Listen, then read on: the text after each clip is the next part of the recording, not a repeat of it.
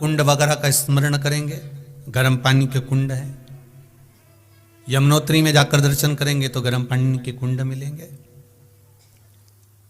आप ऐसी ऐसी भूमि, हमारे यहाँ भारत की भूमि की धरा पर आप जा जाकर अगर दर्शन करें तो एक एक कुंडों का स्मरण, वहां पर हमें उस कुंड के जल का क्या महत्व है, उस बावड़ी के जल का क्या महत्व है, उस सरोवर के जल का क्या महत्व है। क्यों कैलाश मानसरोवर में कैलाश पर्वत से भी ज्यादा मानसरोवर की झील का महत्व कहा जाता है।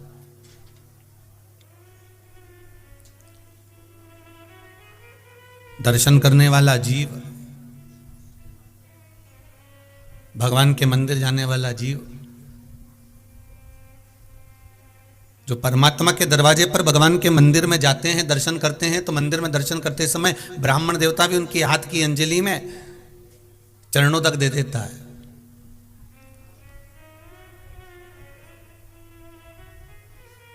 एक मंदिर में निवास करने वाले ब्राह्मण देवता, पुजारी जन, एक ब्राह्मण जन चरणों तक प्रदान कर देते हैं।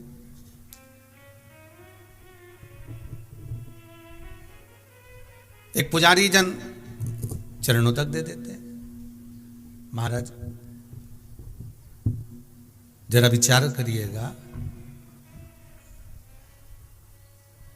कि क्यों, और कहते भी हैं साथ में अकाल मृत्यु हरणम। आपकी अगर काल मंडरा रहा हो, रोग अगर सता रहा हो, बीमारियां अगर ग्रसित कर रही हो, तो आप मंदिर में जाकर जो चरणोदक लेते हो, जो चरणामृत लेते हो, मंदिर में जाकर जो चरणोदक ग्रहण करते हो, वो हमारी व्याधियों को, हमारे दुख को, हमारी अकाल मृत्यु का वो हरण कर लेता है। किसी भी मंदिर में गए आप, ब्राह्मण जन मिले, आपको तुलसी का दल दिया उन्होंने और आपको चरणोदक दिया। उस जल की महत्वता को हमें जानना है। इस मकर संक्रांति पर कोरोना महामारी के चलते आप लोगों से बस निवेदन इतना है कि अपने घर में रहकर कथा सुनिएगा, कुबेरेश्वर धाम में नहीं आइएगा।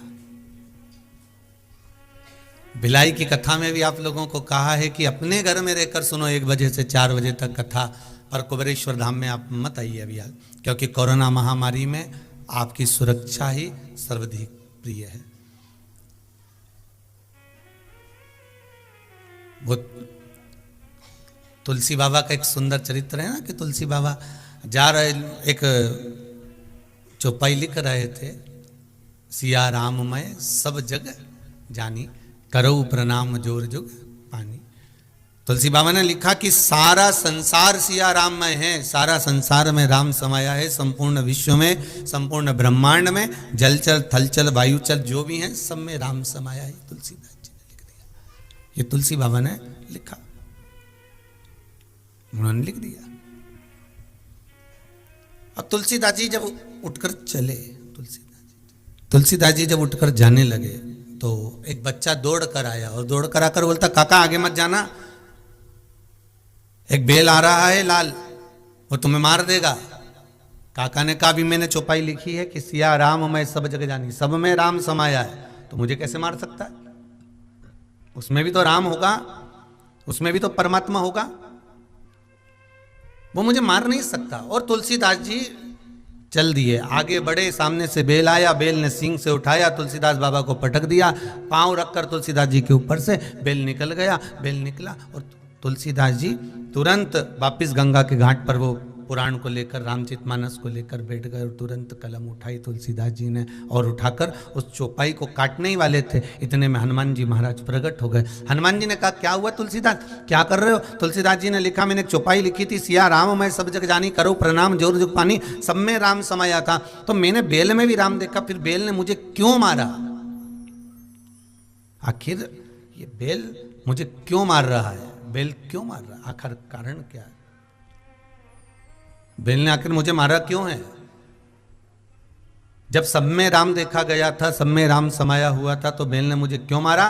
तब हनुमान जी महाराज ने कहा, देखो तुलसीदास जी, जहां से बेल आ रहा था वहां तुम्हें जाना ही नहीं था, वो बच्चा आया था, उसने आकर कहा था कि सामने से बेल आ रहा है, अगर आपने बेल में राम देखा था तो उस बच्चे में राम क्यों नहीं देखा जो बताने के लिए आया था? तो कई बार हमको मार्गदर्शन करने वाले, हमको बताने वाले, हमको कहने वाले, हमको समझाने वाले हमको समझाते हैं। तो ऐसा नहीं है कि कोई अलग से आकर तुमको आकाश से बिजली कड़केगी और बिजली कड़क कर बोलेंगे कि तुम इधर उधर मत जाओ रे और मुंह पर मास्क लगाओ रे।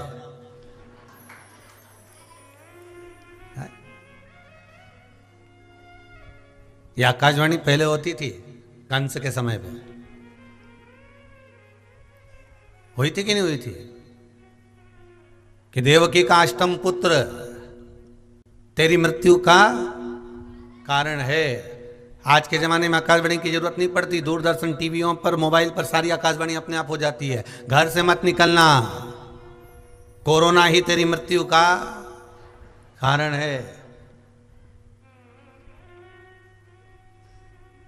भगवान ने बंसी हाथ में रखी थी, तुम मास्क मुंह पे रख लो। मास्क रखिए अपने मुख पर। भगवान भी सबसे दूरी बनाकर वन में जाकर, बड़े भगवान ब्रज गोपियों के साथ में नित्य नूतन वन में विचरण कर कर लीला करते थे। आप भी भगवान की कृपा से एकांत में बैठकर भगवत भजन करो, घर में रहकर स्मरण करो, यहां मत पहुंचो, आप तो भजन करो।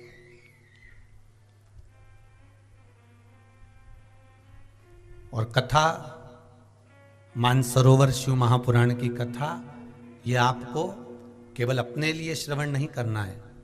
अब की बार जो कथा हो रही है इसको आपको अपने पूर्वजों के लिए श्रवण करना है कि मकर संक्रांति का वो भी स्नान कर कर तर जाए। इन कुंडों में, इन सरोवरों में, इन बावड़ियों में, इन तालाबों में, इन झीलों में, इन झरनों में जिसका वृत्तांत शिव महापुराण के अंतर्गत हम श्रवण करें, जहाँ जहाँ हमारे वेद और शास्त्रों में वर्णन किया गया है, अनेक जगह पर हम दर्शन के लिए जब जाते हैं तो कितने कितने कुंड हमारे सम्मुख में आते हैं। आप केवल गोवर्धन नाथ जी की 7 कोस की 21 किलोमीटर की परिक्रमा करने जाओ तो वहीं पर उद्धव कुंड आ जाता है, वहीं पर राधा कृष्ण कुंड आ जाता है, वहीं पर सुंदर कुसुम सरोवर आ जाता है, सुंदर मानसी गंगा आ जाती है। जरा देखो तो कि ब्रजमंडल में भी कितने कुंड बने हुए। राजस्थान की पावन धरा पर जाकर देखो कितनी बावड़ियां बनी हुई हैं। तीर्थों में जाकर देखिए कितने कितने सरोवर बने हुए, कितने कितने कुंड बने हुए।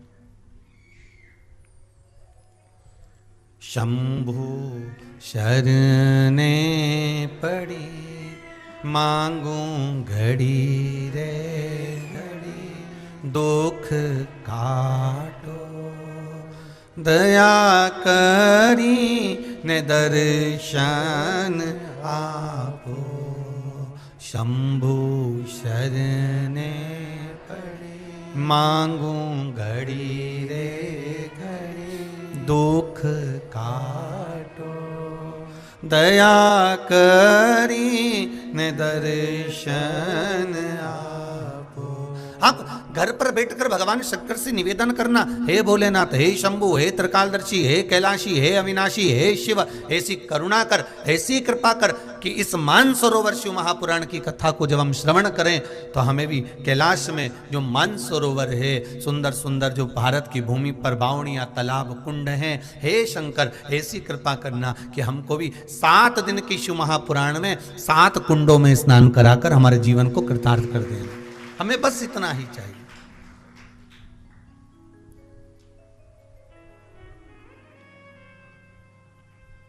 हम तेरी भक्ति में डूबे रहे, हम तेरे भजन में, स्मरण में डूबे रहे।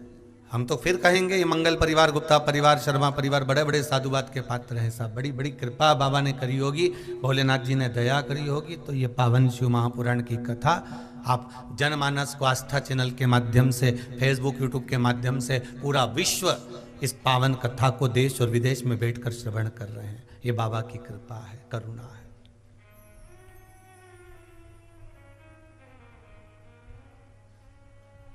कथा तो कोरोना महामारी जब चालू नहीं हुई थी तो चालू हो गई थी कथा। इंदौर में हुई, फिर खरगोन में हुई, फिर नवेगांव में हुई, नवेगांव के बाद में फिर भिलाई हुई, भिलाई के बाद में कथा आगे भी तीर्थों में होना थी, जगह जगह जाना था। पर कोरोना महामारी के कारण आगामी जितनी भी कथाओं के क्रम हैं उनको रोक दिया गया है। और भगवान शिव के इस पावन कुबेरेश्वर बाबा को याद आ रही होगी, बहुत दिन हो गया। कथा का रसस्वादन हो, शिव स्मरण करो।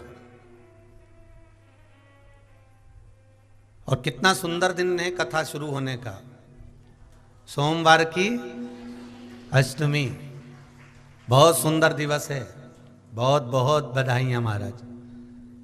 सोमवार की अष्टमी का मतलब आपको इंदौर की कथा में बताया था, जिस दिन शंकर और पार्वती के मिलन का दिवस हो, और केवल एक माता पार्वती के अकेले मिलन का नहीं, 64 योगनियां तक भगवान शंकर से मिलने के लिए आती हैं। 64 योगनियां। कहते हैं भगवान के जितने जितने विवाह हुए थे ना, उमा से, सती से, कात्यायनी, कुष्मांडा, चंद्रघंटा, स्कंदा, ये जितने जितने जितने भगवान के विवाह हुए थे, अनेक अनेक उमा आदि आदि जितनी भी भगवान की जो विमंगल विवाह हुए थे, सारी माता पार्वती के जितने अंश हुए हैं, माता पार्वती के जितने स्वरूप हुए हैं, ये सारे स्वरूप, सारे अंश माता पार्वती के। ये सोमवार की अष्टमी के दिन भगवान शंकर के मंदिर में आकर शिव जी के सम्मुख में बैठकर उस जलाधारी के नजदीक में, जहां शंकर जी का शिवलिंग होता है, उस जलाधारी के पास में उस दिन केवल पार्वती जी का हस्त कमल नहीं होता, स्वयं मां जगतजननी अपने कामन रूप में 64 योगनियां और शक्तियां सारी की सारी आकर उस जलाधारी के पास में विराजमान हो जाती हैं, और शंकर जी पे जो जल चढ़ता है वो देवियां ग्रहण कर कर शिव को अपना आनंद सुख प्रदान करती हैं। इसलिए कहते सोमवार की अष्टमी का महत्व बड़ा है, बहुत प्रबल बात। अभी 2 पड़ गई हैं, अब बैसाख और ज्येष्ठ में पड़ेगी सोमवार की अष्टमी, उसके बाद में फिर एक और पड़ेगी, अश्विन के जो नवरात्रे आएंगे, जो शरदीय नवरात्रे आएंगे, उस शरदीय नवरात्रे के समय पर फिर सोमवार की अष्टमी एक पड़ेगी। बाबा की कृपा है, शिव की कृपा से, भगवान शंकर की कृपा से ही सब कुछ आनंद में हो।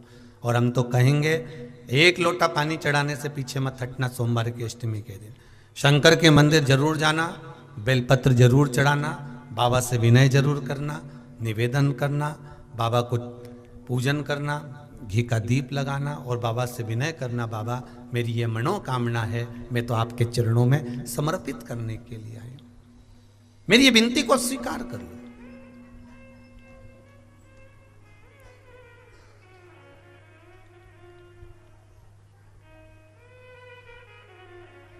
तेरे दरबार की बाबा निराली शान देखी है, तेरे दरबार की बाबा निराली शान देखी है, तुझे देते नहीं देखा पर झोली भरी देखी है।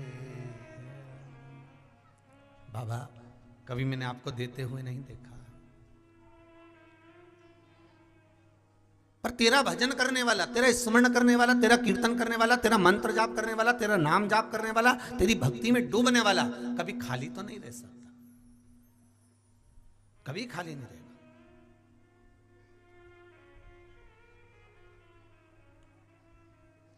बहुत सरल भाषा से शिव महापुराण को समझिएगा।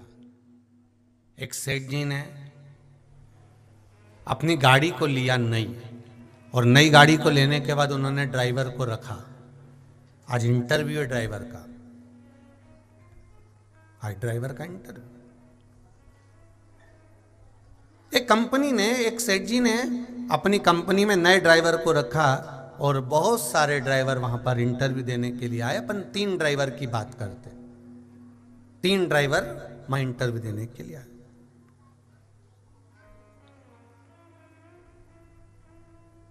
पहला ड्राइवर आया, सेठ जी ने उसका इंटरव्यू लिया और पूछा तुम्हारा नाम क्या है? नाम बताया उसने। पिता का नाम क्या है? ये नाम बताया। फिर सेठ जी ने पूछा तुम गाड़ी चला लेते हो? जी। अच्छा, कुछ क्वालिटी है तुम में? हाँ। क्या क्वालिटी है? मैं भीड़ में भी 100 की स्पीड में गाड़ी चलाता हूं।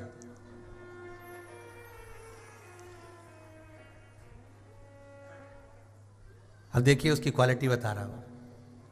मैं भीड़ में भी 100 की स्पीड में गाड़ी चलाता हूं।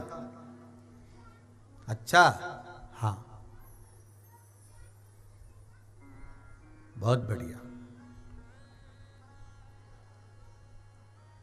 और 100 की स्पीड में गाड़ी चलाता हूं, प्रति घंटे की स्पीड में मैं घर पहुंचा सकता हूं। ठीक है, जाइए।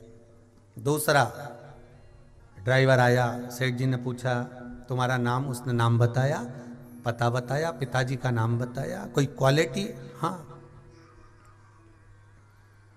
मैं 16 फीट चौड़े गड्ढे को लांग सकता हूं।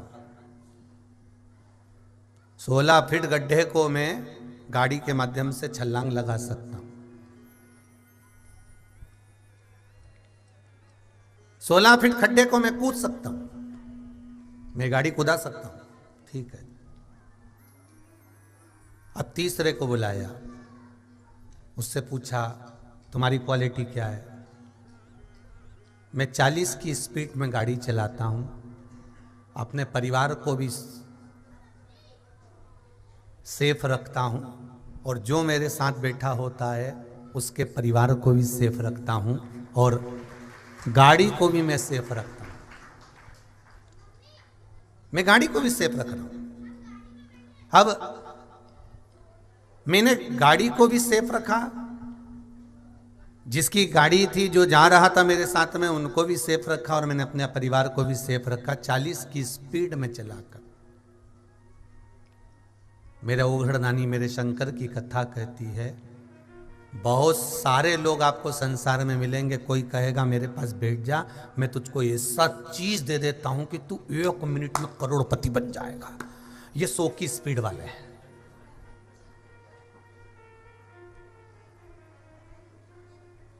श्री सुखदेव जी महाराज राजा परीक्षित को बहुत बाद में मिले। राजा परीक्षित तो पहले ना जाने, कहते हैं 350 ऋषि राजा परीक्षित को मिल गए थे, श्रीमद् भागवत वर्णन करती है। और एक एक ऋषि के पास जाकर पूछा, गुरुवर क्या बात है? तो गुरुजी ने पूछा, राजा इतना परेशान क्यों है? कि महाराज जी मुझे 7 दिन में प्राणों को छोड़ना है, 7 दिन बाद मेरे प्राण छूट जाएंगे। तो ऋषि कहते, कोई कहता है आजा हमारे पास बैठ जा, कोई कहता हम तुझसे यज्ञ करवाएंगे, कोई कहता हम तुझसे अनुष्ठान करवाएंगे, कोई कहता हम तुमसे ये करवाएंगे, हम तुमसे अनुष्ठान करवाएंगे, कोई कहता हम तुमसे ये करवाएंगे, कोई कहता है हम तुमसे ये करवाएंगे। तो 350 ऋषिवर मिले और सबने कहा, कोई कह रहा है यज्ञ करवाएंगे, कोई कह अनुष्ठान करवाएंगे, कोई कह ये करवाएंगे, कोई कह वो करवाएंगे, पर मन में भाव जागृत नहीं हुआ, मन में विश्वास जागृत नहीं हुआ।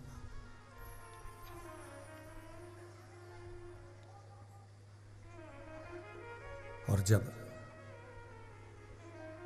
आखिरी में मिले थे श्री सुखदेव जी महाराज राजा परीक्षित को, सबसे आखिरी में जब सुखदेव जी महाराज मिले तो सुखदेव जी महाराज के चरणों में जाकर निवेदन किया। सुखदेव जी ने पूछा क्या बात है राजन, क्या हुआ? राजा कहता है गुरुदेव 7 दिन मिले हैं। तो सुखदेव जी ने कह दिया ये तो बहुत दिन है। राजा खटवाक को तो क्षण भर मिला था, 1 क्षण मिला था राजा खटवाक को, मात्र 1 क्षण, और तुझे तो 7 दिन मिले, कोई साधारण बहुत इतना। और सुखदेव जी महाराज ने अपने चरणों में राजा परीक्षित को बिठा लिया था, अपने चरणारविंद में राजा परीक्षित को बिठाकर जो श्रीमद् भागवत कथा श्रवण कराना प्रारंभ करी, और राजा सुनते रहे, आनंद लेते रहे, अपने जीवन को सार्थक बनाते रहे। तो 100 की स्पीड वाला मिलता है, जैसे राजा परीक्षित को मिले थे बहुत सारे। ये 40 की स्पीड वाले तो राजा परीक्षित को आखिरी में मिले श्री सुखदेव जी महाराज। श्री सुखदेव जी महाराज जो मिले तो ये तो आखिरी में मिले, बाद में मिले हैं, जिन्होंने कहा कि तू घबरा मती, तो इधर उधर भटक मती, तू मेरे पास बैठ, भगवान का भजन कर, श्रीमद् भागवत कथा सुन। उसी तरह एक मिलेगा आपको, वो कहेगा कि मैं तुम्हारे लिए ये कर देता हूँ, अभी हाल तुम्हारे यहाँ बरकत हो जाएगी, अभी हाल तुम्हारे यहाँ लक्ष्मी आ जाएगी, ले मैं तुमको ये दे देता हूँ, तुम्हारे यहाँ ये हो जाएगा। तो वो 100 की स्पीड वाला है। और एक मिलेगा कि मैं 16 फीट गहरे खड्डे को मैं गाड़ी से लांग सकता हूँ। ऐसा भी मिलेगा कि मैं तुमको कुछ ही समय में बिल्कुल ऊपर की ओर बढ़ा दूंगा, लाओ जरा 50,000 रुपये जमा करो, 51,000 इधर दो ना, 21,000 इधर दो ना, 31,000 इधर दो, मैं तुम्हारे लिए ये करूंगा, मैं तुम्हारे लिए वो करूंगा, मैं तुम्हारे लिए अनुष्ठान करूंगा, मैं तुम्हारे। तो ये खड्डा कूदने वाले हैं। पर सेठ जैसी चतुरता रखना, कंपनी जैसी चतुरता रखना। उसने कहा नहीं, एक और आया और उसने कहा मैं 40 की स्पीड में चलता हूं, अपने आप को भी सेफ रखता हूं, मेरे परिवार को भी सेफ रखता हूं और सामने वाले के परिवार को भी सेफ रखता हूं। और जिस गाड़ी को मैं चला रहा होता हूं, जिस गाड़ी को मैं लेकर जा रहा होता हूं, उस गाड़ी को भी मैं काम नहीं निकालने देता, वो गाड़ी भी मैं सेफ रखता हूं। मतलब समझ जाओ कि हमें अपनी जिंदगी भी संवारना है, परिवार को भी संवारना है, हमारे कुटुंब को भी संवारना है, और आखिरी में ये जो आत्मा है ना, इसको परमात्मा से मिला देना है। यही 40 की स्पीड है, आखिरी में उस परमात्मा से मिला। अंतिम बिंदु वो परमात्मा है।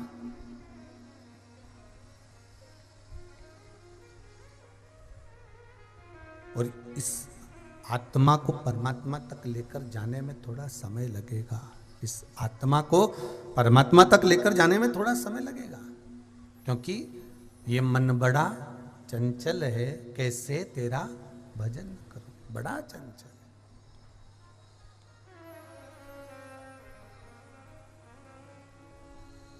इसको वहां तक लेकर जाने में थोड़ा समय लग सकता है, इसको वहां तक लेकर जाने में थोड़ा समय लग जाएगा। महाराज, मुझे दास बना कर रख लेना भोलेनाथ तुम्हारे चरणों में, मुझे दास बना कर रख लेना भोलेनाथ तुम्हारे चरणों में, मुझे दास बना कर रख लेना भोलेनाथ तुम अपने चरणों में, मुझे दास बना कर रख लेना। सामने बैठे हैं, दोनों हाथों से ताली सेवा देते हुए, तुम्हारे चरणों में, मुझे दास बना कर रख लेना भोलेनाथ तुम अपने चरणों में, मुझे दास बना कर रख लेना भोलेनाथ तुम्हारे चरणों में, भोलेनाथ तुम अपने चरणों में, भोलेनाथ तुम्हारे चरणों में, भोलेनाथ तुम अपने चरणों में, भोलेनाथ तुम्हारे चरणों में, भोलेनाथ तुम अपने चरणों में, भोलेनाथ तुम्हारे चरणों में, मुझे दास बना कर रख लेना भोलेनाथ तुम अपने चरणों में, मुझे दास बना कर रख लेना भोलेनाथ तुम्हारे चरणों में, मुझे दास बना कर रख लेना भोलेनाथ तुम अपने चरणों में, मुझे दास बना कर रख लेना भोलेनाथ तुम्हारे चरणों में। जय हो।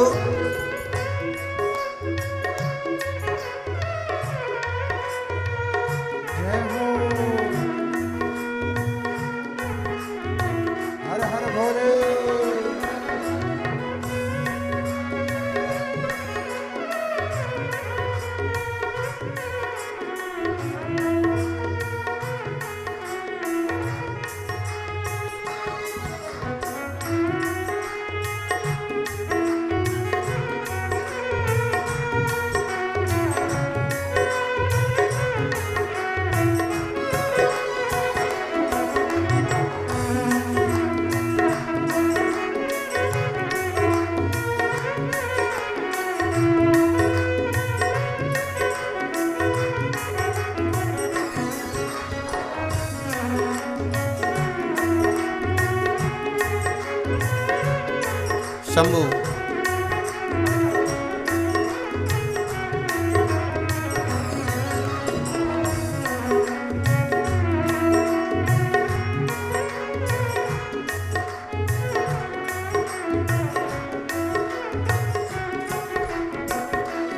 मैं भला बुरा हूँ तेरा हूँ, मैं भला बुरा हूँ तेरा हूँ, मैं भला बुरा हूँ तेरा हूँ, मैं भला बुरा हूँ तेरा हूँ। तेरे द्वार पे डाला डेरा हूँ, तेरे द्वार पे डाला डेरा हूँ, तेरे द्वार पे डाला डेरा हूँ, तेरे द्वार पे डाला डेरा हूँ। मुझे चाकर जान के रख लेना, मुझे रख लेना, मुझे चाकर जान के रख लेना, मुझे चाकर जान के रख लेना। भोलेनाथ तुम्हारे चरणों में, मुझे चाकर तुम्हारे चरणों में, मुझे चाकर जान के रख लेना। भोलेनाथ तुम अपने चरणों में, मुझे चाकर बनाकर रख लेना। भोलेनाथ तुम अपने चरणों में हो।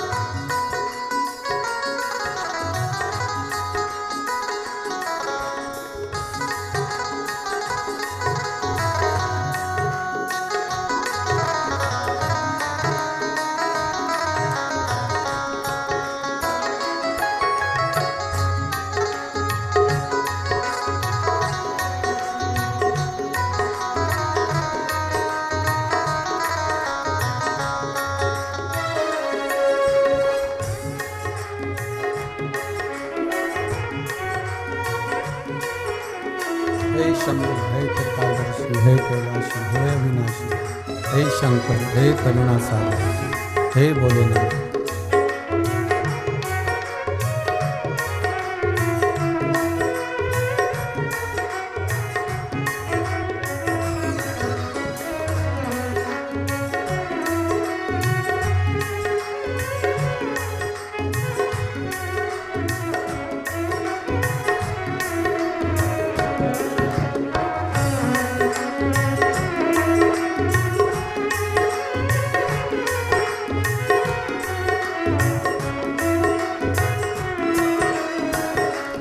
जब अधम से अधम को तारा है, जब अधम से अधम को तारा है, जब अधम से अधम को तारा है, जब अधम से अधम को तारा है, उसमें ही नाम उसमें ही नाम तुम्हारा है, उसमें ही नाम हमारा है, उसमें ही नाम हमारा है। मुझे बार समझ कर रख लेना, मुझे भार समझ कर रख लेना, मुझे भार समझ कर रख लेना, मुझे भार समझ कर रख लेना। भोलेनाथ तुम चरणों में मुझे भार समझ कर रख लेना। भोलेनाथ तुम अपने चरणों में मुझे दास बना कर रख लेना। भोलेनाथ तुम्हारे चरणों में मुझे दास बना कर रख लेना। भोलेनाथ तुम अपने चरणों में मुझे दास बना कर रख लेना। भोलेनाथ तुम अपने चरणों में ओ अपने चरणों में शंभुनाथ तुम अपने चरणों में। ओ भोलेनाथ तुम अपने चरणों में। भोलेनाथ तुम अपने चरणों में। बोल काशी विश्वनाथ भगवान की जय। हर हर महादेव हर हर महादेव हर। भगवान शिव की कथा करे योगदानी त्रिकालदर्शी शिव कैलाशी अविनाशी भगवान शिव का चरित्र कह रहा है। महाराज शिव महापुराण की कथा कह रही है कि ये जो भगवान शंकर कैलाश अधिपति मेरे शिव का जो पावन चरित्र है, शिव महापुराण की कथा है, जो भगवान शंकर कैलाश पर विराजमान है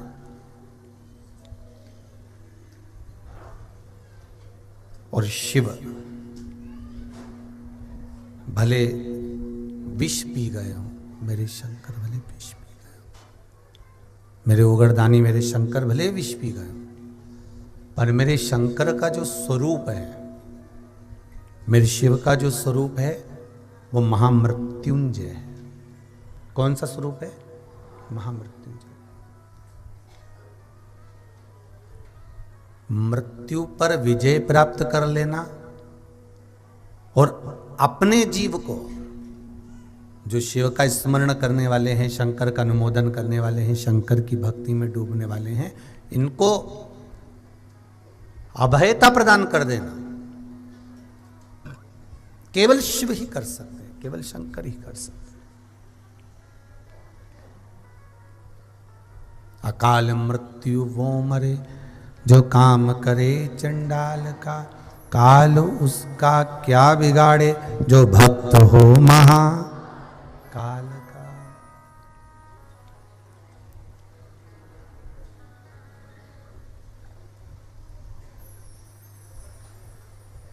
एक स्थान काशी में जहां पर महामृत्युंजय शिव भी हैं और मेरे महाकाल बाबा भी हैं।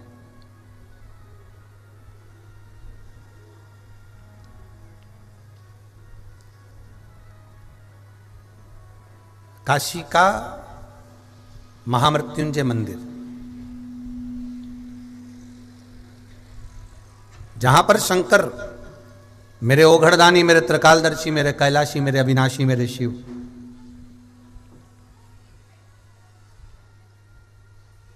महामृत्युंजय के रूप में विराजमान।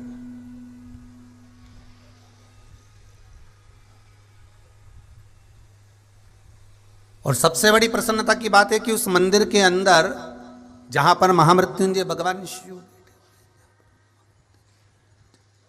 जहां भगवान महामृत्युंजय शंकर भी बैठे हुए हैं और जहां पर महाकाल बाबा भी बैठे हुए हैं, दोनों हैं।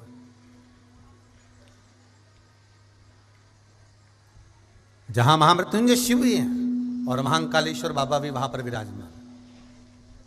आप लोगों को ज्ञात होगा, जितने लोग शिव महापुराण की कथा को श्रवण कर रहे हैं आस्था चैनल के माध्यम से, फेसबुक यूट्यूब के माध्यम से जो लोग सुन रहे हैं, उनको ज्ञात होगा कि आपको कथा में पहले कहा है कि 84 महादेव उज्जैनी में विराज रहे हैं। महाकाल बाबा की दर पर 84 महादेव विराजमान है।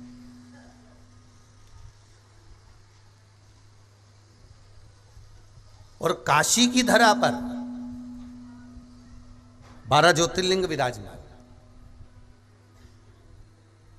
कभी आप लोग अगर जाएं ना काशी, तो वहां पर आप जाकर बोलना कि हमको 12 ज्योतिर्लिंग के दर्शन करना है, तो अलग अलग जगह पर आपको कहीं मल्लिकार्जुन, कहीं महाकाल बाबा, कहीं सोमनाथ जी, कहीं नागेश्वर जी, कहीं भीमाशंकर, कहीं वैद्यनाथ जी, कहीं त्र्यंबकेश्वर जी, कहीं केदार जी।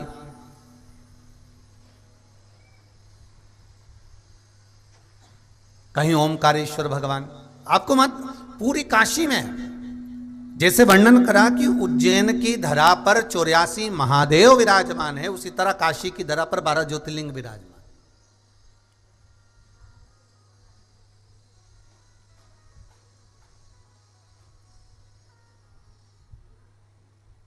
अपने भक्त का उद्धार करने के लिए महाराज मनु और शत्रुपा के लिए भगवान वहां विराजमान हो गए थे। और बहुत ध्यान देना, काशी की भूमि पर एक मंदिर, महामृत्युंजय मंदिर ऐसा है जहां पर महामृत्युंजय शंकर, महाकाल बाबा और मध्यस्थ बीच में ही कुछ ही दूरी पर, वहीं पर नजदीक में एक सुंदर सा एक कुआं है, जहां पर धन्वंतरी जी ने,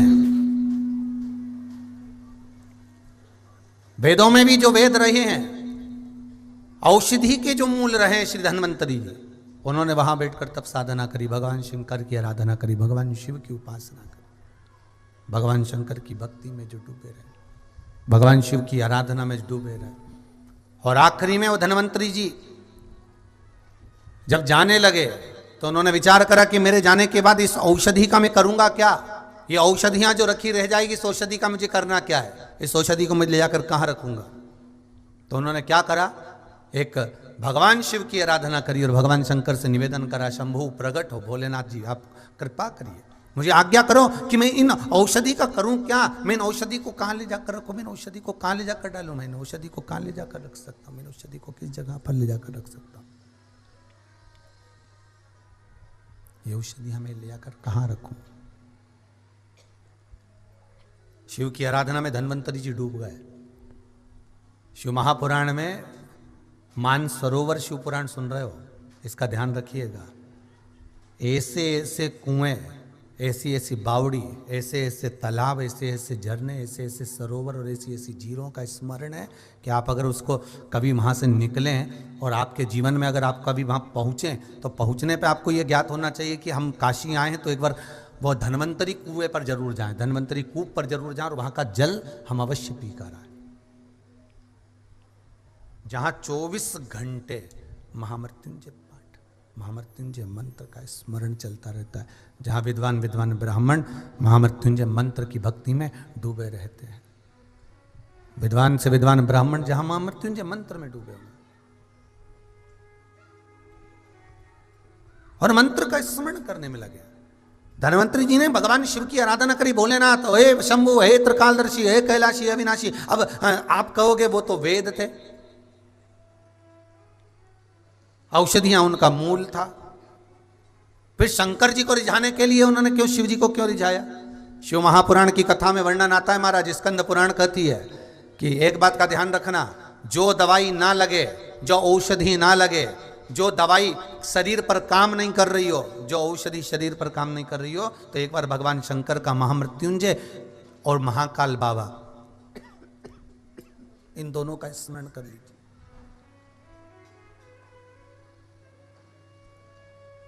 महामृत्युंजय और महाकाल बाबा, इन दोनों का स्मरण कर लीजिए। कौन कौन से बाबा का करना है जरा जम के बोलिए। महामृत्युंजय और महाकाल बाबा का स्मरण कर लीजिए, और दोनों का स्मरण कर कर जो औषधि शरीर को नहीं लग रही है, जो औषधि तुम्हारे शरीर को नहीं आ रही है, शरीर पर काम नहीं कर रही है, उस औषधि को आप लेकर मृत्युंजय भगवान, महामृत्युंजय भगवान भोलेनाथ का और महाकाल बाबा का स्मरण कर कर फिर औषधि को खाइए। महाराज वो औषधि काम करना प्रारंभ कर देगी, वो औषधि कार्य करना प्रारंभ कर देगी। औषधि में भगवान शंकर मूल है, मेरे शिव मूल है। शंभो शरणे पड़ी मांगू घड़ी रे घड़ी दुख काटो, दया करी ने दर्शन। औषधि में शिव मूल है, औषधि में शंकर मूल है। महाराज धन्वंतरी जी ने भगवान शिव की आराधना करी, धन्वंतरी जी ने भगवान शंकर की आराधना करी। हे भोलेनाथ, हे त्रिकालदर्शी, हे कैलाशी, हे अविनाशी, हे शिव करुणा करिए बाबा। हे भोलेनाथ करुणा करो। तब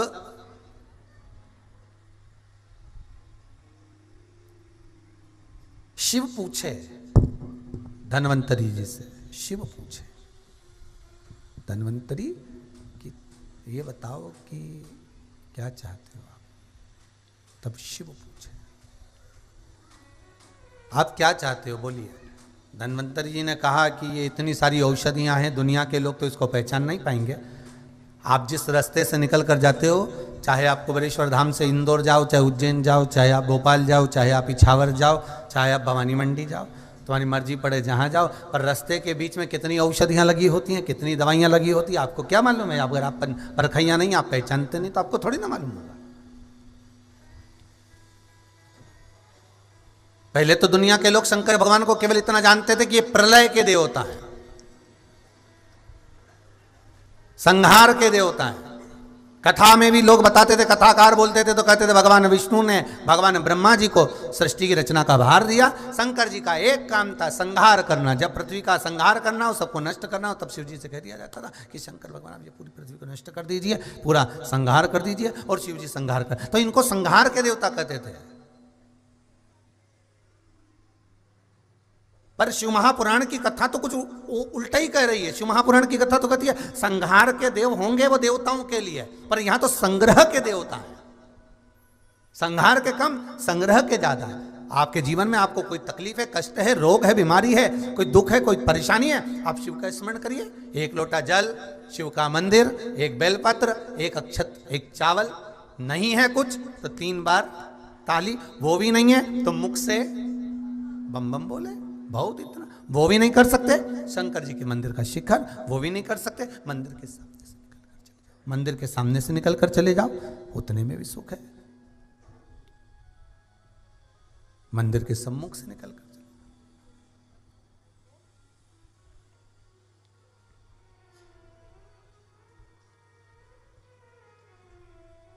महाराज धन्वंतरी जी पूछ रहे हैं कि मेरी ये औषधियाँ, मेरी जो इतनी औषधि रखी हुई है, इतनी सारी औषधियाँ रखी हुई हैं, इन औषधियों का मैं करूं क्या। इन औषधियों का मुझे क्या करना है। तब भूत भावन भूतेश्वर ने, मेरे शंकर ने, मेरे महाकाल बाबा ने, मेरे महामृत्युंजय बाबा ने कह दिया एक कूप का निर्माण हम करते हैं, आप इसमें सारी औषधियाँ डाल दीजिए। जैसे मेरे भरत लाल जी ने, भरत भगवान ने, मेरे राम जी के छोटे भाई श्री भरत जी महाराज जितने सरयू सरोवर, जितने कुंड बावड़ी तालाब, सबका जल अपने राम जी महाराज के अभिषेक के लिए लेकर गए थे चित्रकूट में, और कहा था भैया मैं आपका अभिषेक करना चाहता हूं। भगवान ने मना कर दिया कि मेरा अभिषेक तो मेरे पिताजी ने कर दिया, मुझे वन जाना है और वन जाऊंगा, आप मुझे रोकिए नहीं। आपको दिया है राजगादी, आप उसे संभाल लीजिए, पर मैं इतना राज सामान लेकर आया हूँ, राजगादी पे बिठाने का इतने सारे जल लेकर आया हूँ, इतनी सारी सामग्री लेकर आया हूँ, इसको मैं क्या करूं, कहाँ ले जाऊं। तब कहा कि आप एक कुएं के अंदर इसको डाल दीजिए। तो वो कूप का नाम क्या पड़ गया, भरत कूप। आप लोग जब चित्रकूट जाएं तो दर्शन करके आना, भरत कूप। धन्वंतरी जी ने कहा कि मैं इतनी सारी जो औषधियां हैं, इतनी सारी जो औषधियां, इन औषधियों का क्या करूं, इन औषधियों को कहां ले जाके डालूं, इन औषधियों का करना क्या है। भगवान ने कहा एक कूप का निर्माण कर देता हूं, इस कूप के अंदर इन औषधियों को डाल दिया। धन्वंतरी देव ने सारी औषधियां उस कुएं के अंदर डाल दी और भगवान शिव का स्मरण कर कर कहा बाबा कृपा करना, केवल मैंने औषधि नहीं डाली है, जनमानस के विश्वास को ले जाकर इसमें डाला है। जिस विश्वास से लोग इस जल का आचमन करेंगे वैसा वैसा इसका रोग मिट जाएगा। आज भी काशी में धन्वंतरी कूप है महाराज, धन्वंतरी। क्या नाम है उस कुएं का नाम? कहां पर है ये? महामृत्युंजय मंदिर में, जहां पर मेरे महामृत्युंजय भगवान और मेरे महाकाल बाबा दोनों विराजमान हैं, उसके मध्यस्थ धन्वंतरी कूप है। इस कुएं का सबसे बड़ा एक, लोग कहते हैं गुरुजी आप कहते हो कि दुनिया में चमत्कार, चमत्कार देखना तो जाओ ना, थोड़ा बहुत काशी में भी जाओ।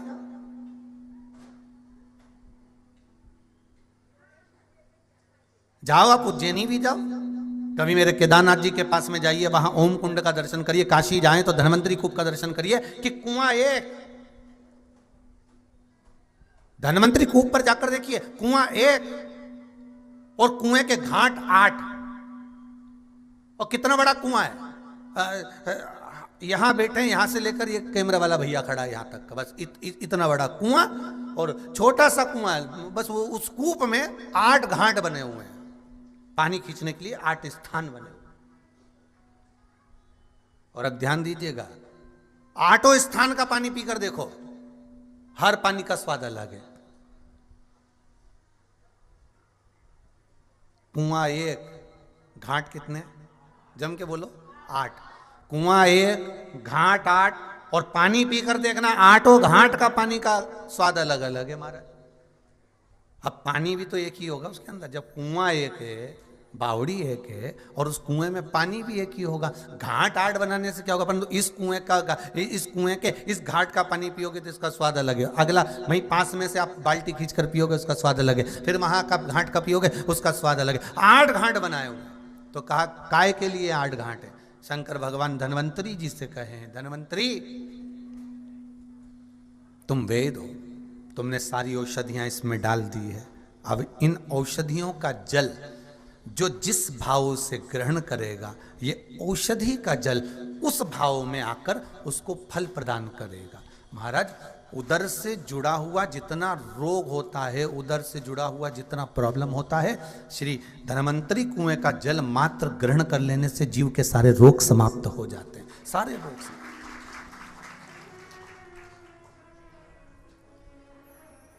धन्वंतरी कूप।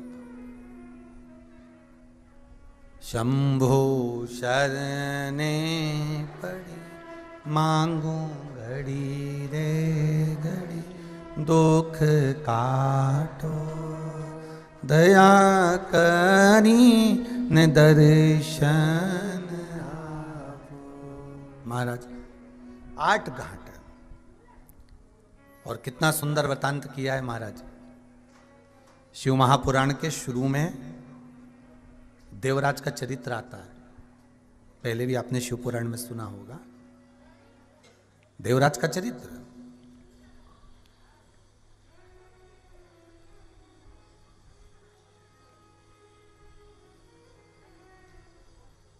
देवराज की जो धर्मपत्नी थी, कौन देवराज? जो शंकर जी के मंदिर में चोरी कर कर गया था और जिसको बुखार आ गया था, शरीर में ताप पड़ गया था, रोग लग गया था, उसको बुखार आ गया, वो देवराज।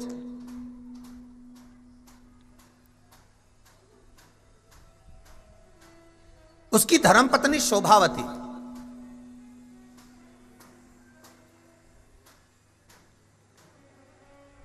अच्छा एक बात बहुत ध्यान देना महाराज,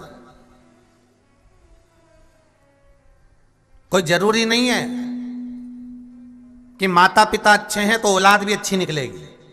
टीवी देख के बिगड़ गई हो तो कोई जरूरी थोड़ी ना कि माता पिता अच्छे हैं तो औलाद भी अच्छी निकलेगी। तो हो सकता है कि माँ के गर्भ में जब बच्चा था और उसने नाटक देखा हो, फिल्म देखी हो, टीवी देखी हो, कोई मैगजीनें पढ़ी हो, आड़ा टेढ़ा कहीं दिन भर मोबाइल में गेम खेली हो, तो औलाद भी ऐसी पैदा हुई।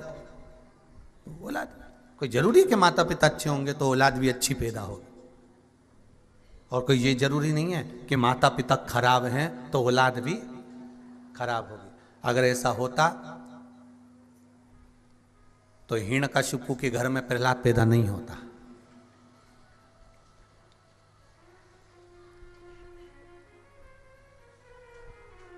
रावण की उस नगरी में विभीषण नहीं रहता, राम जी की अयोध्या में केकई नहीं रहती,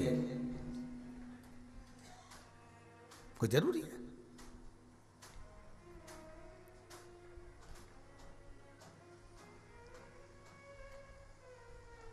ये जो देवराज नाम का ब्राह्मण है, शिव महापुराण की कथा कहती है, ये देवराज नाम का ब्राह्मण के जो माता पिता थे, बड़े बड़े विद्वान थे वो। ऐसा नहीं कि इनमें विद्वत्ता नहीं थी, बड़े विद्वान, बड़े विद्वान। तो कहे गुरुजी बताओ माता पिता इतने अच्छे, कहते हैं देवराज की जो माता जी थी वो शंकर जी के मंदिर में जाए बगैर रहती नहीं थी। उसका नियम था शिव मंदिर में जाना, लोटा भर के पानी चढ़ाना।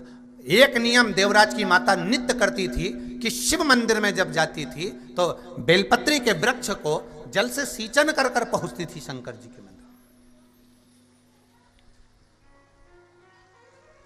जल से सींचन कर कर बेलपत्री के वृक्ष को सींच कर फिर भगवान शिव के मंदिर में जाती थी। हम कई बार आपसे कह चुके हैं, अगर आप शंकर जी के मंदिर नहीं जा सकते, आप शिव के दरवाजे नहीं जा सकते, आप शंकर की चौखट पर नहीं जा सकते, तो अपने घर के पास में कोई पीपल का वृक्ष हो, कोई बेलपत्री का वृक्ष हो, कोई आंवले का वृक्ष हो, आपके घर के पास में कोई अच्छा फलदार वृक्ष हो या कोई पूजनीय वृक्ष हो, उसमें भी अगर आप जल चढ़ा रहे हैं तो उसका भी फल आपको प्राप्त होगा।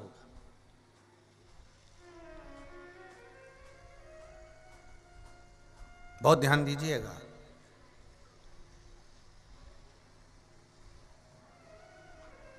एक सेठ जी ठंड में एक भिखारी को, एक भिक्षुक को कम्बल उड़ा रहे थे। अब भिक्षुक ने कम्बल ओढ़ लिया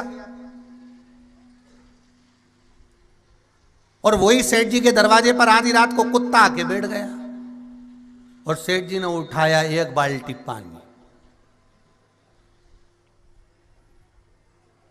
और कुत्ते को 4 बार भगा चुके थे, वो भगे ही नहीं, भगे ही नहीं, भगे ही नहीं, तो उन्होंने बाल्टी उठाई और वो ओटला पे जो जहां कुत्ता बैठ रहा था पूरे ओटले को गीला कर दिया और कुत्ते को भी गीला कर दिया। अब बताओ ईमानदारी से, सत्य बोलना, कि वो भिक्षुक को जो कम्बल दिया वो कम्बल का पुण्य सेठ जी को मिलने वाला है क्या? नहीं, तुम बोलो तो। जितने लोग आस्था पर कथा सुन रहे हैं, जितने फेसबुक पर सुन रहे हैं, बड़े प्रेम से भाव से बोलो, उसका फल मिलने वाला है? नहीं। दुनिया के लोग क्या करते हैं, एक बार नवरात्रि में कन्या का भोज करवा देते हैं, एक बार भंडारा करवा देते हैं। जैसे भिखारी को मालूम है, भिक्षुक को मालूम है कि सेठ जी की यहां पर अमावस्या को भंडारा हुआ था, और भिक्षुक दूसरे दिन फिर कटोरा लेके बोल, सेठ जी के चल निकल यहां से, चल भाग यहां से। तो सेठ जी से कहा, गुरु जी हमने तो देखा था कि कल यहां पर भंडारा हो रहा था। तो सेठ जी बोले, क्या रोज का खैरात बट रही, चल निकल। वो तो एक दिन था अमावस्या का, पंडित जी बोले थे इसलिए बढ़वा दिया, चलो निकलो यहां से बाहर जाओ। अब अमावस्या को नर्मदा जी नहा रहे, गंगा जी नहा रहे, पूर्णिमा को जाके नर्मदा गंगा सरयू सब नहा रहे, और क्या सोच रहे कि अब तो मेरा पाप कट गया, और घर पे जैसे ही आए फिर पाप में लग गए, फिर झूठ छल बेईमानी कपट प्रपंच, फिर वही क्रम लग गया। अब बोलो जी, गंगा नहाए का कोई फायदा हुआ है?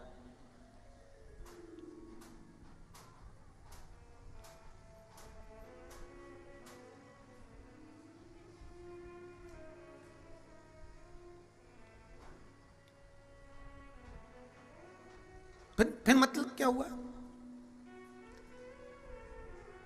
कभी प्यासे को पानी पिलाया नहीं, बाद अमृत पिलाने से क्या फायदा। कभी गिरते हुए को उठाया नहीं, बाद आंसू बहाने से क्या फायदा। वो लाभ क्या है, उसका फल क्या?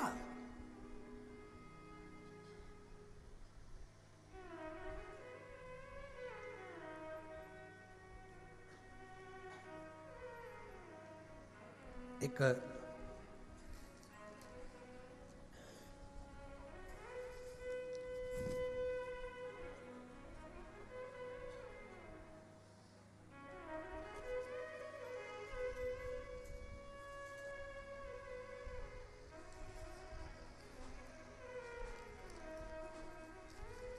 एक सुंदर भाव लिखा है किसी ने, बहुत लखेरा परिवार की ओर से कोटि कोटि प्रणाम।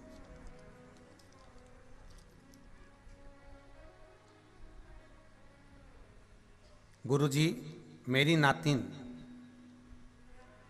बीमार हो गई थी। जीबीएस बच्चों का जो लकवा होता है वो उसको लग गया था। आईसीयू में भर्ती रही। पत्र में लिखा, वाणी चली गई, माइंड खराब हो गया, पैर शरीर हाथ सब बंद हो गया।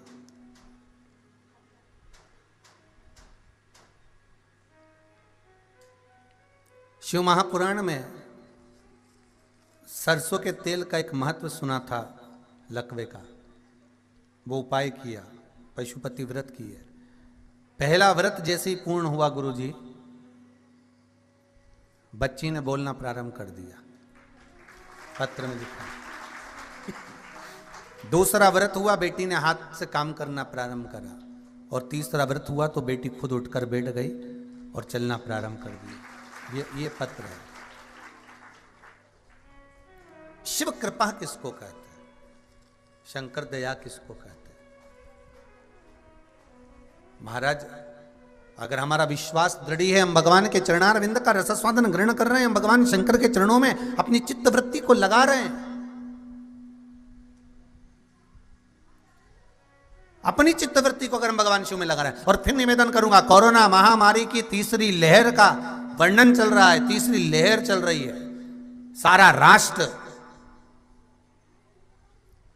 कई हजार लाख केस निकलते जा रहे हैं।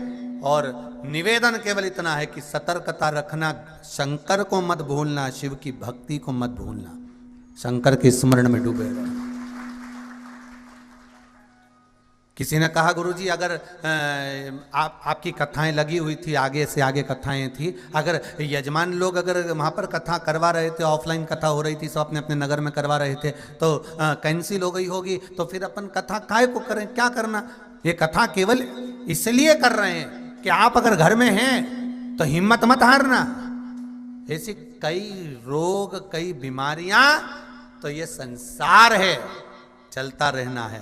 पर हिम्मत अगर हार गए तो फिर पिछले कोरोना में लोग को जरा सा कुछ हुआ और उनकी जो हिम्मत हारी, प्राण उसने ले लिए। वो रोग से जितने नहीं मरे, जितने घाव, हृदय के घाव से मर गए।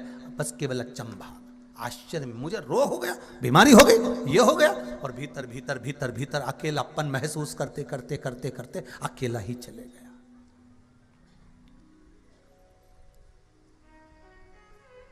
शिव स्मरण करो।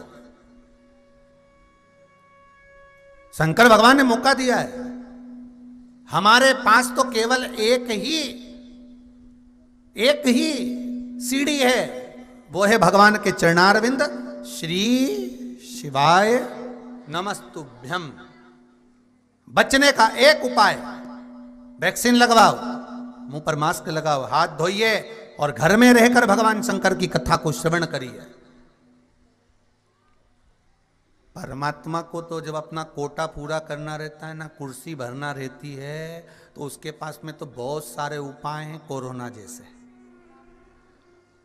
ढेर सारे पड़े हैं, वो तो कोई कुछ भी लेके घूम फिर के आ सकता है।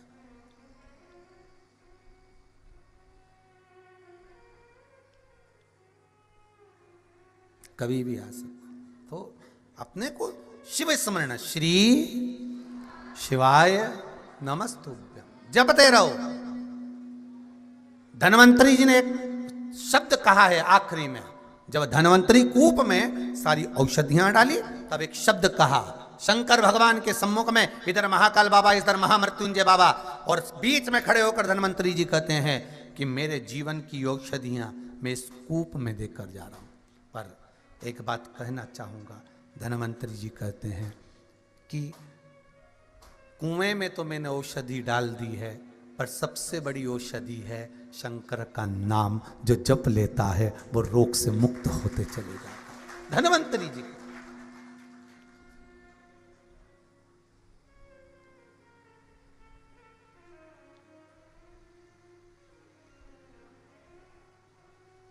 जप लो भगवान शिव का नाम, घर में बैठकर जपो, स्मरण करते जपो, चलते फिरते खाते पीते जो स्मरण में लगे हुए, श्री शिवाय नमस्तुभ्यम जपते रहो। भगवान शंकर का मूल मंत्र का स्मरण। हम तो कहते हैं कि भगवान को मालूम होगा कि कोरोना महामारी है, इसलिए अभी तक भागवत रामायण गीता सब चली, और इस कोरोना महामारी में शंकर का मूल मंत्र श्री शिवाय नमस्तुभ्यम चला। ये शिव ने दिया है आकर इस कोरोना महामारी में कि इसको जपो, इसको जपते रहो। महाराज देवराज ब्राह्मण के पिताजी और माताजी दोनों धर्मात्मा। मां का नियम था बेलपत्री के पेड़ के नीचे जल का सिंचन करना, और जल का सिंचन करके भगवान शंकर को जल समर्पित करना। फल तो मिल गया। कभी क्या होता था कि देवराज ब्राह्मण की धर्मपत्नी और देवराज ब्राह्मण की माता, मां कई बार मंदिर नहीं जा पाती थी, तो भगवान शिव का स्मरण कर कर घर में ही पात्र में जल समर्पित कर देती थी। एक बात बहुत ध्यान दीजिएगा, पशुपति व्रत मंदिर में जाकर करो, मान लो शरीर में अगर कष्ट है, नहीं जा सकते, तो फिर घर में कर लो, परंतु पांचों व्रत एक ही जगह पर होना चाहिए। मंदिर का क्यों वर्णन करा गया? क्योंकि मंदिर का जो शिवलिंग होता है और मंदिर जो होता है उसका स्थान चेंज नहीं होता। और आप जो पूजन करते हो ना घर में, तो पाटे पे अपन ने भगवान शंकर को रखा या मंदिर के अंदर शंकर जी को रखा, तो रोज स्नान करने के बाद कभी शिव जी को यहाँ बिठा देते हो, कभी शंकर जी को यहाँ बिठा देते हो, ठाकुर जी को उठा के कभी ऊपर बिठा देते हो, कभी तुम नीचे बिठा देते हो, कभी ठाकुर जी को तुम गादी पे बिठा देते हो, कभी तुम सिंहासन पे बिठा देते हो, तुम्हारा मन पड़े तो कभी झूले में बिठा देते हो। तो भगवान तो वहाँ तो घूमता रहता, क्योंकि भगवान का घर है, उनकी तो हवेली है, उनका घर, तो वहाँ तो घूमता रहे। पर मंदिर जो होता है, भगवान शंकर जिस मंदिर में विराजमान होते हैं उसको शिवालय कहते हैं। क्या कहते हैं उसको? शिवालय। स्कंद पुराण में कहा गया, मंदिर किसको कहा गया? जिसके अंदर मूर्तियां।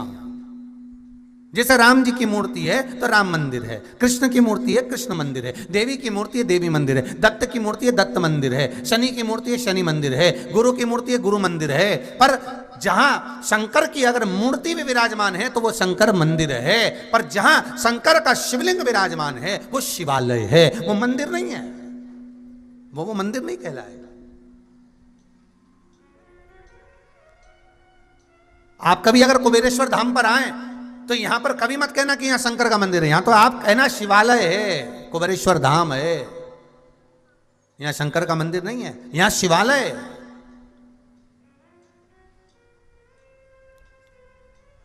मंदिर में मूर्ति होती है, शिवालय में शिवलिंग होता है। दोनों में क्या अंतर है?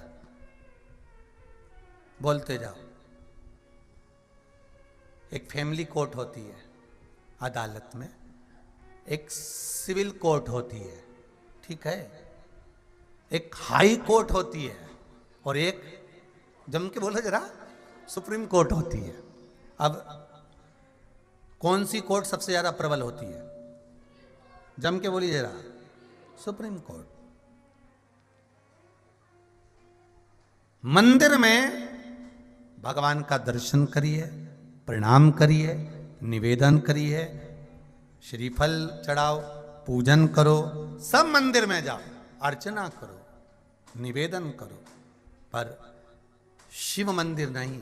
जहाँ शंकर का शिवलिंग है वो शिवालय है, वहाँ पर आप कुछ चढ़ाएं ना चढ़ाएं, बस जैसे ही आप वहाँ पहुँचे तो आपको शंकर के शिवलिंग के सामने पहुंचते ही आपके दुख कटना प्रारंभ हो जाते हैं। बस पहुंचते ही दुख कटना प्रारंभ।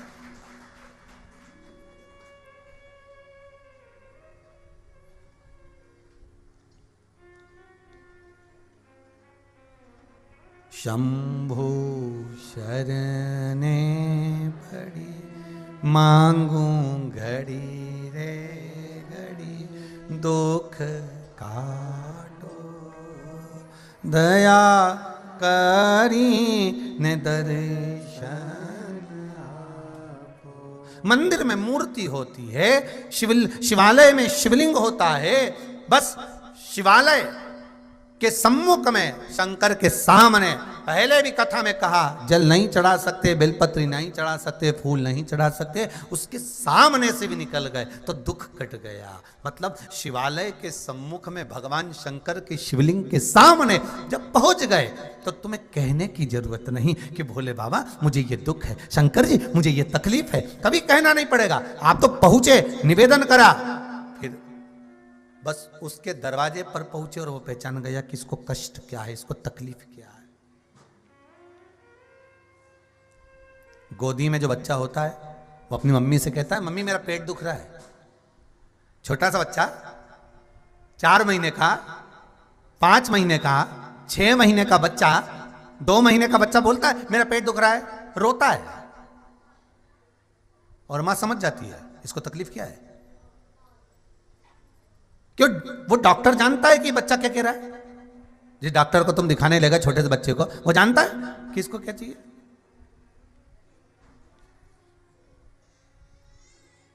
कोई जानेगा नहीं, पर छोटा बच्चा रोता है और मां समझ जाती है कि इसको नजर लगी है, किसका पेट दुख रहा है, किसका हाथ दुख रहा है, किसका पांव दुख रहा है। छोटा बच्चा को देखकर मां जान जाती है। उसी तरह हमारे माता पिता बच्चे को देखकर पहचान जानते हैं कि इसको तकलीफ क्या है।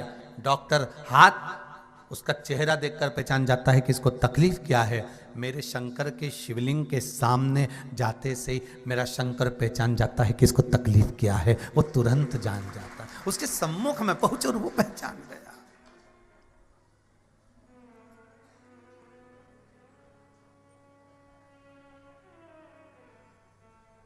वो पहचान गया।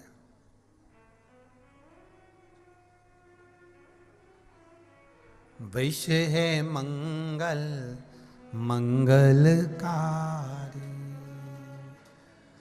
वैश्य है मंगल मंगलकारी, अवधूत रूप तुम्हारा, अवधूत रूप तुम्हारा, भोला सब दुख काटो मारा, ओ भोला सब दुख काटो। शिव शंकर जपो तेरी माला, शिव शंकर जपो तेरी माला, भोला सब दुख काटो मारा, ओ भोला सब दुख काटो। महाराज शिव के मंदिर में तो मंदिर नहीं कर सकते, शंकर को शिवालय कर सकते हैं। शिव का जहाँ शिवलिंग रखा हुआ है, जहाँ शंकर का शिवलिंग विराजमान है, वहाँ पहुंचकर आप अपने हृदय की बात कहें ना कहें, शंकर समझ जाता है कि इसको चाहिए क्या। शिव जान जाते हैं कि इनको होना क्या चाहिए, क्या चाहिए। तो आप शिव के मंदिर जब भी जाएं तो क्या कहेंगे? मंदिर नहीं, क्या है? शिवालय। एक सुंदर भाव हमारे शैलेंद्र जी कहते ना, मन मेरा मंदिर शिव मेरी पूजा, शिव से बड़ा नहीं कोई दूजा। कौन है?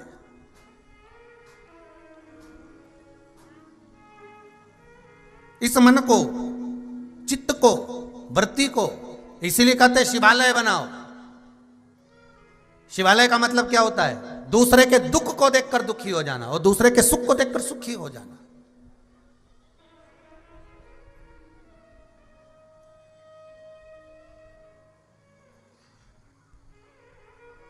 कल किसी एक माता जी से मिलना हुआ था, शायद गई होंगी की है। आगरा से आई थी, तो कह आगरा के पास कहीं मेरठ फेरठ कहीं से आए होंगे, तो कह रहे थे गुरुजी बेटे को बहुत तकलीफ थी, आगरा का इलाज चल रहा था, दवाइयाँ चल रही थी, सब कुछ था, खूब पैसा लगा। आखिरी में हम जब परेशान हो गए तब शिव महापुराण की कथा टीवी पर सुनी और फिर बेटे से कहा कि तू एक बार एक काम कर, तू जा और शिव महापुराण की कथा में पहुँच कुबेरेश्वर। शायद उस बात को भी 8 में कहीं बैठी हैं क्या, कहीं बैठे होंगे, तो 8 महीने हो गए होंगे। तो फिर बाद में जब कुबेरेश्वर धाम से बालक कथा श्रवण करे, फिर गए, बाबा पर विश्वास करा, शिव की भक्ति में लगे। अब कहा गुरुजी अब औषधि की जरूरत नहीं, अब रोग समाप्त हो, अब औषधि नहीं चाहिए, अब दवाइयों की जरूरत नहीं चाहिए, अब तो बाबा ने सब कर दिया। अगर विश्वास पक्का है तो शंकर तुम्हारे साथ है, हर पल, हर घड़ी, हर क्षण साथ है।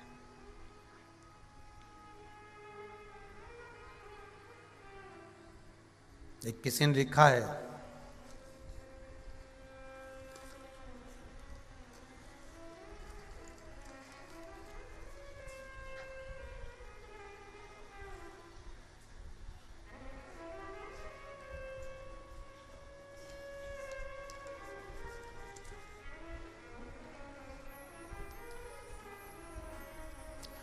ग्रीष्मा चौहान, भोपाल मध्य प्रदेश से, इन्होंने लिखा है,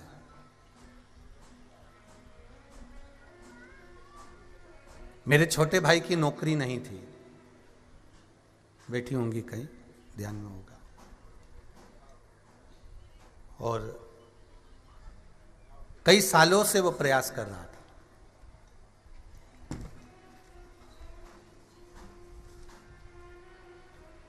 आखिरी में शिव महापुराण की कथा में एक उपाय पशुपति व्रत का किया और मात्र 3 महीने के अंदर उसका मध्य प्रदेश ग्रामीण बैंक में सिलेक्शन हो गया, उसकी नौकरी लग गई। आप ही है, आप ही ने लिखा है, बधाई हो आपको बहुत बहुत, बाबा की कृपा। बैठ जाइए, बैठिए। श्री शिवाय नमस्ते। शिव भक्ति किसको कहते हैं, शंकर का अनुमोदन किसको कहते हैं, स्मरण किसको कहते हैं? भोला सब दुख काटो, ओ भोला सब दुख काटो। भगवान शिव की भक्ति का एक रसतत्व हमारे जीवन में जागृत है। धन्वंतरी जी ने कहा, भगवान शंकर के सामने, भोलेनाथ जी के सम्मुख में विराम शब्द पर कहा, कुएं में औषधि है, पर धन्वंतरी जी कहते हैं शंकर का नाम ही औषधि है। शिव का केवल नाम लेने वाला ही औषधि का काम, केवल शिव नाम।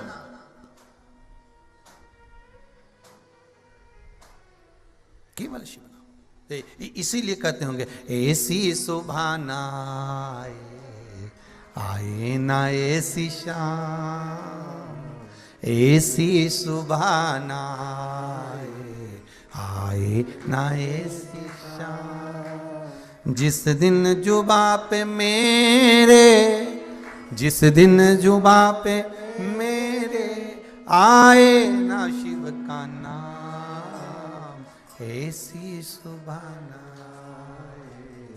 आए ना ऐसी शाम। ऐसी सुभाना आए ना ऐसी शाम, ऐसी सुभाना आए ना ऐसी शाम।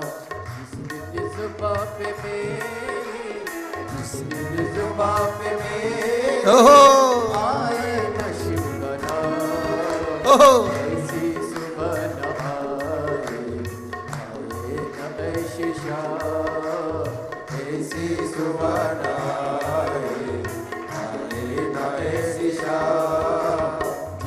जिस जुबां पे मेरी, जिस जुबां पे मेरी आए ना शिव का नाम, ऐसी सुभाना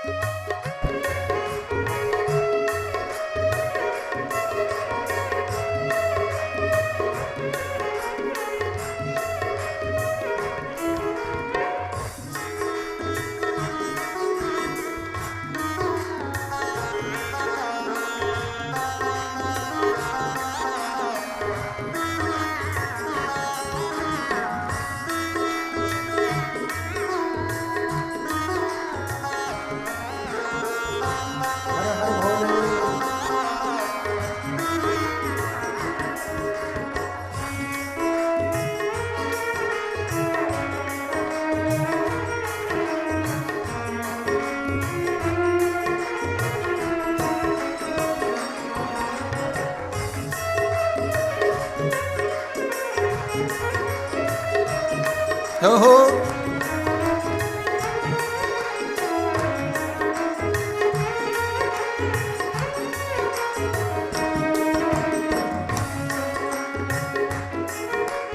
मन मंदिर में वास तेरा, तेरी छवि बसाए। मन मंदिर में वास है तेरा, तेरी छवि बसाए। बड़े भाव से प्यासी आत्मा बन के जोगन तेरी शरण में आए। प्यासी आत्मा बन के जोगन तेरी शरण में आए। तेरी शरण में मैंने पाया, मैंने याद शिरा। ओ ऐसी सुबह ना आए, आए ना ऐसी शाम, ऐसी सुबह ना आए ना ऐसी शाम, जिस दिन जो बाप मेरे, ओ जिस दिन जो बाप मेरे आए ना शिव का नाम, ऐसी सुबह ना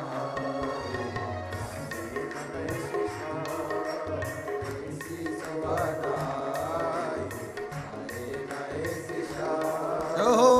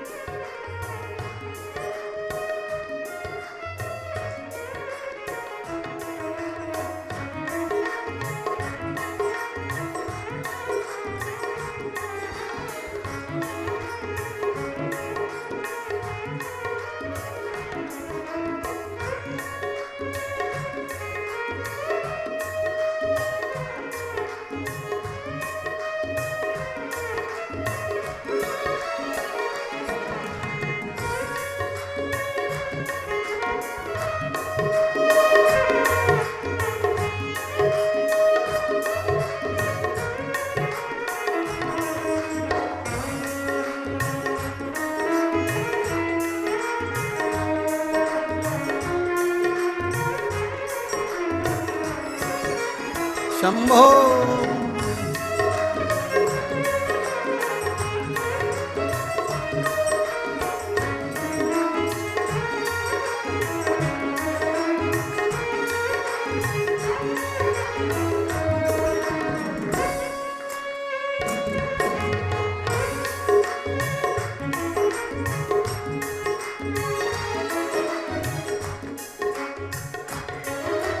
तेरी खोज में ना जाने कितने युग मेरे बीते।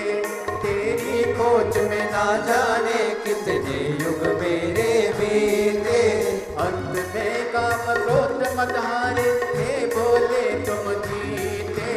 अंत में काम क्रोध मत हारे, हे बोले तुम जीते। मुक्त किया तूने प्रभु मुझको, लाख लाख प्रणाम। ओ ऐसी सुबह न आए, आए न ऐसी शाम, ऐसी सुबह न आए, आए न ऐसी शाम, जिस दिन जो बाप मेरे, जिस दिन जो बाप मेरे, ओ जिस दिन जो बाप मेरे, जिस दिन जो बाप मेरे, ओ आए ना शिव का नाम, ऐसी सुबह न आए, ऐसी शाम, ऐसी सुबह न आए, आए ना ऐसी शाम। ओम नमः शिवाय, ओम नमः शिवाय, ओम नमः शिवाय, ओम नमः शिवाय, ओम नमः शिवाय, ओम नमः शिवाय, ओम नमः शिवाय, ओम नमः शिवाय। हर हर महादेव है। महाराज भगवान शिव का नाम हर पल हर घड़ी हर क्षण इस जिज्ञा से औषधि भगवान शिव का नाम है। औषधि भगवान शंकर का नाम है। शिव महापुराण की कथा कहती है केवल धन्वंतरी जी कह रहे हैं कि केवल इस कूप में औषधि नहीं है, कि केवल इस धन्वंतरी कूप में औषधि हो। औषधि तो भगवान शिव के नाम में है। श्री शिवाय नमस्तुभ्यम, श्री शिवाय नमस्तुभ्यम। भगवान शंकर के नाम में, भगवान शंकर के नाम स्मरण में औषधि। शिव महापुराण कह रही है, जरूरी नहीं कि माता पिता धर्मात्मा होंगे, माता पिता धर्मात्मा होंगे तो ही पुत्र धर्मात्मा होगा, या माता पिता अगर गलत हैं तो बेटा भी गलत होगा। ये वर्णन नहीं किया।